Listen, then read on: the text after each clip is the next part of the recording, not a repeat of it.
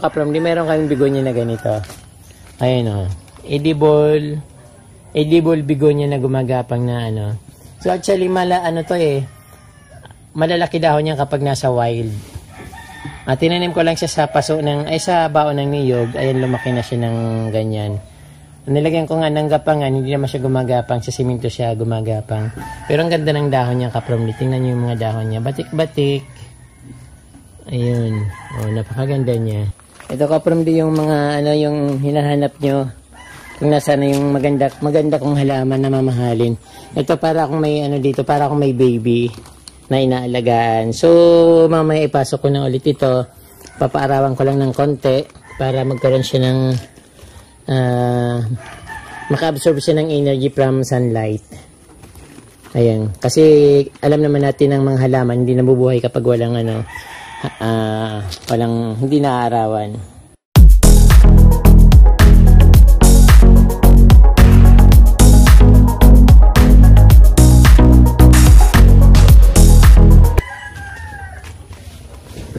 Magandang araw sa inyo mga Kaprondi.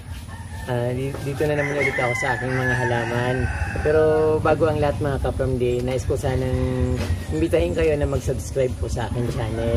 Dahil napakarami ko pong magandang video na inahanda para sa inyo. Sana wag niyong kalimutan mag-subscribe po bago po manood. At touch na rin po yung notification bell para updated po kayo sa aking mga videos na pinupost. Yun lang po. Ito Kapromdi, gagawin ko na po yung nandito dahil medyo umalis ako, medyo natagalan ako ng konti sa Manila. Lang naman, siguro mga 40 days or 45 days ako na stay sa Manila. 40 days lang exactly. Kaya medyo napabayaan ko ng konti yung halaman ko dito. Pero maganda naman, lush na siya. Kaso lang sa sobrang lush, parang so kailangan ko magbawas kasi parang nagiging wala na akong madaanan. Parang hindi na maaliwalas tingnan. Gusto ko kasi medyo maaliwalas palagi yung dating ng aking garden. Gusto ko malinis tingnan at neat ba yung dating. Kaya gusto ko yung naalis palagi yung mga mga sagabal. So kahit na tanggalin ko naman yung iba dito, so napaka-lush niya naman at napakaraming magagandang maraming magagandang halaman sa tabi. Kaya itong mga hindi ko alam kung anong pangalan nito. I think black our friends. Basta ito, tatanggalin ko to kasi madali lang naman itong lumaki. So, yung iba, yan, may ugat pa, rooted pa rin siya, pwedeng itanim. Kung gugustuhin ko, pero sobrang dami kasi, katulad nito may mga tumutubo sa baba. Ayan, tatanggalin ko na muna ito para medyo magkaroon ng maaliwalas na dating yung garden ko.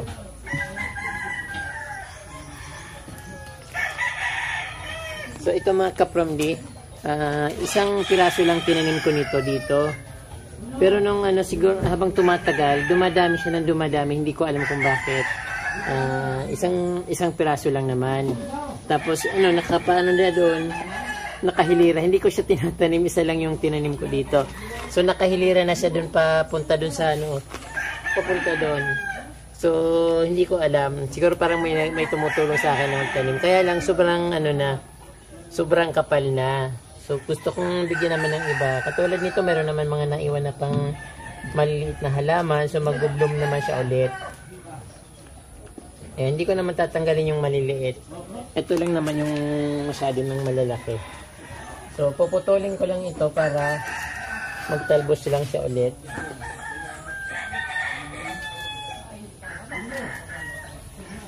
Ngayon, masyado na kasing madami.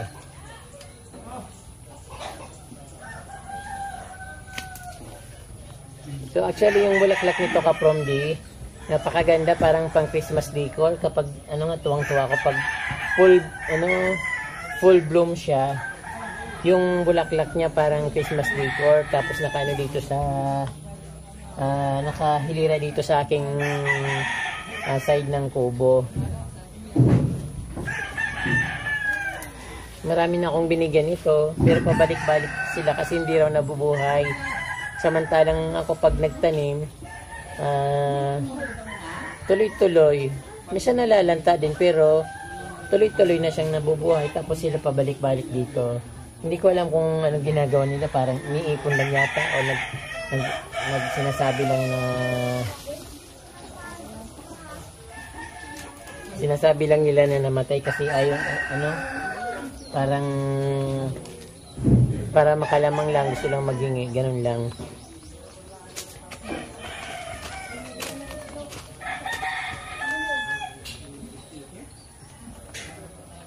Ang taba nito. Ito muna palaguin ko naman ito. Marami naman na bagong nakatubo. Tapos ito yung dito, kapag yung dash ng ganda niya.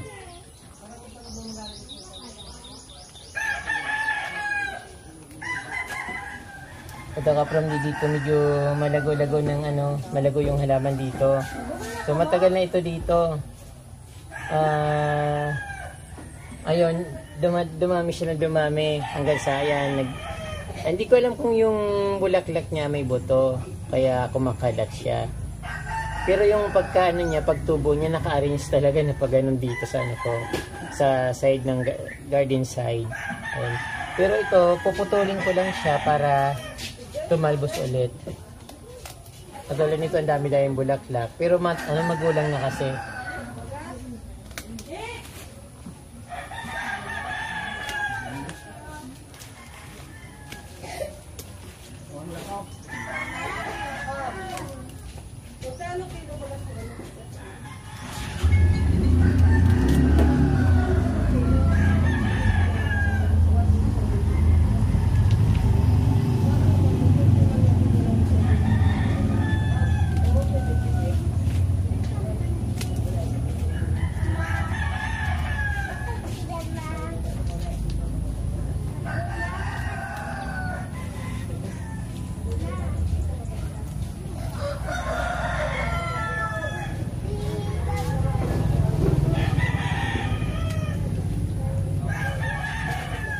Kapag nag-aalaman ako from D, parang saya-saya ko palagi.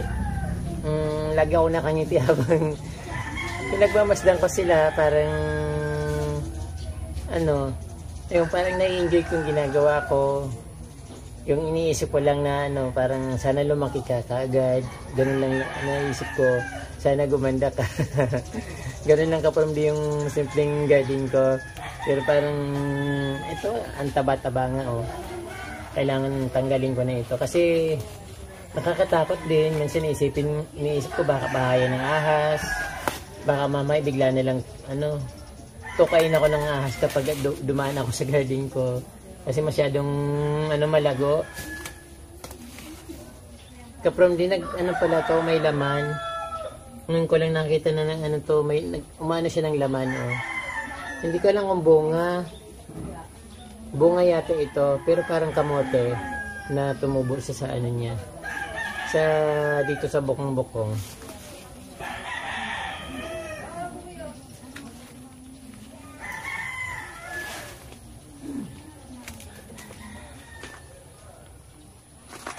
Ito kaprom din yung mga yung hinahanap nyo. Kung nasaan yung maganda kong halaman na mamahalin. Ito para akong may dito, para akong may baby na inaalagaan. So, mamaya ipasok ko na ulit ito. Papaarawan ko lang ng konti para magkaroon siya ng maka-absorb siya ng energy from sunlight. Ayan. Kasi alam naman natin ng mga halaman, hindi nabubuhay kapag walang hindi naaarawan. So, yun dito kaprom di yung tinanggalan ko ng mga halaman. So, papalitan ko siya ng coleus na pula para magkaroon ulit gumanda ulit, magkaroon ng buhay yung harapan ko dito. Ayan. Kasi parang nasisira medyo hindi na maganda yung kalagayan ng mga halaman dito. So, kailangan talagang, mag-retouch, i-retoke. Ayan. Ipapakita ko sa inyo mamaya pag nalagayan ko na. At saka ito dito kaprom di, sobrang gumanda na yung mga halaman ko dito. Ito yung nakikita nyo. Ayun, napaka-lush niya. Ito yung mga syngonium na galing Baguio. Nung nasa Baguio siya, hindi siya gumagapang. Nakita ko, umano lang siya, supang lang ng supang, maraming supang. Pero ito nandito, gumagapang siya at kumapal ng kumapal. Tapos syempre meron din ako ditong bigonya na galing sa bundok. Ito. Lumaki na siya. At pinagalo-halo ko lang dito para, kasi nga gusto ko yung natural look lang. Ayaw ko ng mga, kumbaga parang ina-arrange na ganung yung by color. So gusto ko yung natural lang. Tapos ito ka-promly, may tinanim din ako dito na bigonya na yung kulay pink. So nagmi-mix yung kulay niya. Ang ganda niyang tingnan. Ayan. Dito sa gilid ng kubo ko. Saka ito yung napaka-lush na yung begonia star. So, yung iba kasi nakikita ko, yung begonia star nila, namumulaklak. Pero dito, sobrang lush na siya. Mayroon na ako nitong napakalaki, pero hindi naman siya namulaklak. Pero yung nakita ko sa ibang lugar, namumulaklak na napakadami. Maganda. Yun nakalimutan kong hindi bumili. Sana, pag nagbalik ako, makakabili ako. Dito rin nga may orchids ako dito na tiger orchids. Bigay ito na plantito tutoy. Hindi siya madamot magbigay sa akin. Saka ito dito meron kaming bigonya na ganito. Ayan edible bigonya na gumagapang na So actually malalaki dahon niya kapag nasa wild. Tinanim ko lang siya sa sa baon ng niyog. Ayan, lumaki na siya ng ganyan. Nilagyan ko nga ng gapangan, hindi naman siya gumagapang, sa simento siya gumagapang. Pero ang ganda ng dahon niya, ka-promly. Tingnan niyo yung mga dahon niya. Batik-batik. Ayun. Napakaganda niya. Tapos yung dito, mayroon din ako ditong yung silver satin na sa ilalim malaki na siya, tapos gumagapang na rin sa wall, sa simento. Tapos meron din dito. Actually, napakarami ko niyan. Napabayaan ko lang, nilagay ko lang sa bao kasi hindi naman ako masyadong sa halaman. Tanim lang ako ng tanim. Pag lumaki, okay. Pag nawala, okay lang din. Pero siyempre maganda yung nakikita ko na gumaganda yung halaman ko. Yung mga bigonya ko dito ka-promly, ang dami-dami na. Na siya, nagsupang dito sa kasi pag yung dahon niya kapag nahulog ka-promly, kusa siyang tumutubo. Kaya parami siya ng parami. Although napakahirap niyang palakihin. Hindi magandang araw dito ngayon. Ayan. Ang ganda ng kulay niya. Silver pink. Ang dating niya. Silver pink. Ayan, ka-promly. Tapos dito napaka-lush naman niya. Ayan. Alam ko ito pipirom niya. Napakahirap nitong buhayin. Tinanim ko na lang siya dyan kasi nahirapan ako, hinayaan ko na lang. Mas maganda pang hayaan na lang kaysa alagaan, kasi pag hinayaan mo kusa siyang lumalaki pipirom niya. Akala ko nito putos, hindi pala. Tapos ito, hindi ko alam, parang paminta to. Hindi ko alam kung ano yan. Ito, nakuha ko to sa bundok. Kinuha ko sa bundok din. Sa tabing kabila lang, parang philodendron ito. Pero parang ng damkin or philodendron. Kasi to nakita ko, gumagapang. So hindi naman siya magiging damkin kung gumagapang. Pero ngayon parang iba na parang damkin na siya. Ayan, ka-promly yung mga singgonyum ko dito. Ayan, napaka-lush.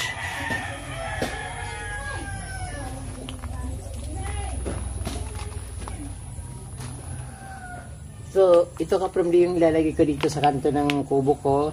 Medyo, hindi rin naman kasi siya gumaganda sa paso, kaya ilalagay ko nilang sa dito sa gilid. Itatanim ko na siya lang sa soil ng direct soil. So, dalawang pulang ilalagay ko. Mag-experiment lang muna ako kasi sabi ng madami, mas maganda magkakatabi, mas tumitingkad yung kulay. But kasi sa akin, pag magkakatabi, parang hindi mo na makikita ko yung aling maganda. Pero dapat mas isang kulay lang. Pero pag haluan mo ng isang pag ibang kulay tapos na tatabunan yung iba, hindi na-appreciate. So, ito ngayon pagtabihin ko yung mga pula para maging pulang-pula. Ayan. Pero ka-promly, mag-shoutout muna ako bago ko itanim yung aking halaman na pula. Shoutout to Ognieras Garden. Please Villa me of Paradahan Tansa Cavite, Maricel Alcantara Ilento, on Maritz Guho Cruz, Yuli Lim of Mandaluyong City. Shout out to Miriam Sindayin of Ciudad Nuevo Naik Cavite, Secret Garden Gulo, Halamanay, Merly Samson, Nestor Busabas from Tagodin, Mabini, Pangasinan, na Ferry Family of Ginubatan, Albay, Elizabeth Ordanita from Katanawan, Quezon, Lisa Altarijas of Amadillo, Cavite, Emily Cachola of Quezon City, Raquel Pangilinan or Ragol Miranda. Hindi ko alam kung sinong pinapa-shoutout nito kasi parang Raquel Pangilinan and Ragol Miranda. Hindi ko alam kung nagkamali lang siya. Pamela Moreno of Ohio, United States. Silo po sa Amerika. Kaijal Galeries of Baguio City. And Kisilin Reyes. Yan po ang shoutout ko for today. Ayun ka from magtatanim na ako ng halaman na coleus.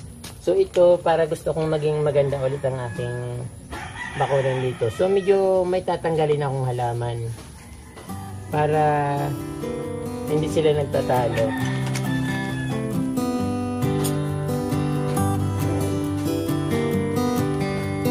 Ito yung red lipstick. Hindi ko alam kung red lipstick o lipstick. Yung tatanggalin ko dito. So, itatanim ko na lang siya sa ibang lugar.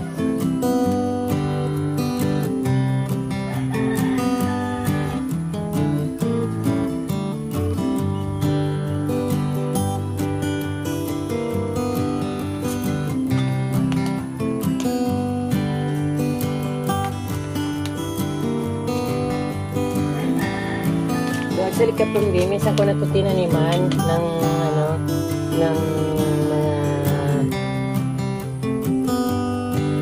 coleus, pero yung gumanda siya. Tapos nung tinaniman ko ulit, parang hindi na siya nabubuhay. So, try ko yung na propagate na para hindi na siya mahirapan. Kasi minsan, walang araw dito. Ang gusto ng coleus ay maaraw. Ayaw niya ng ayaw niya ng malilim. So marami na siyang ugat. Pero tatanggalan ko ng mga kasi sayang. Nagagamit ko pa tong paso at lalagyan ng konting lupa.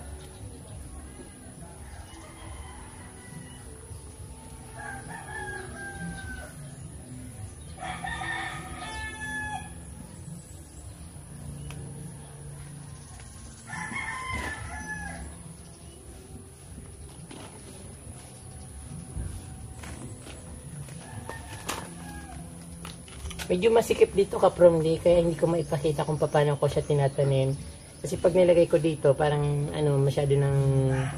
Pag nilagay ko dito camera, hindi na masyadong walang paglagyan, kaya medyo hindi nakikita yung Tapos napaka ng araw. So ayun ka-promly, naging maaliwalas ulit yung aking garden dito after na maiwanan ko ng konting panahon. So maganda na ulit siya, pero mag-aantay pa rin ng medyo ilang linggo para gumanda ulit yung mga panibago kong nilipat na halaman. So yun dito sa kanto ng kubo ko, ito na yung sa harap ng kubo.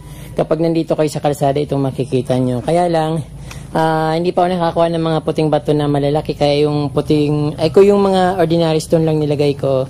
Although maganda naman siyang tingnan, parang parang itlog ng Jurassic. Pero ito ka-promly, maganda na ulit siya.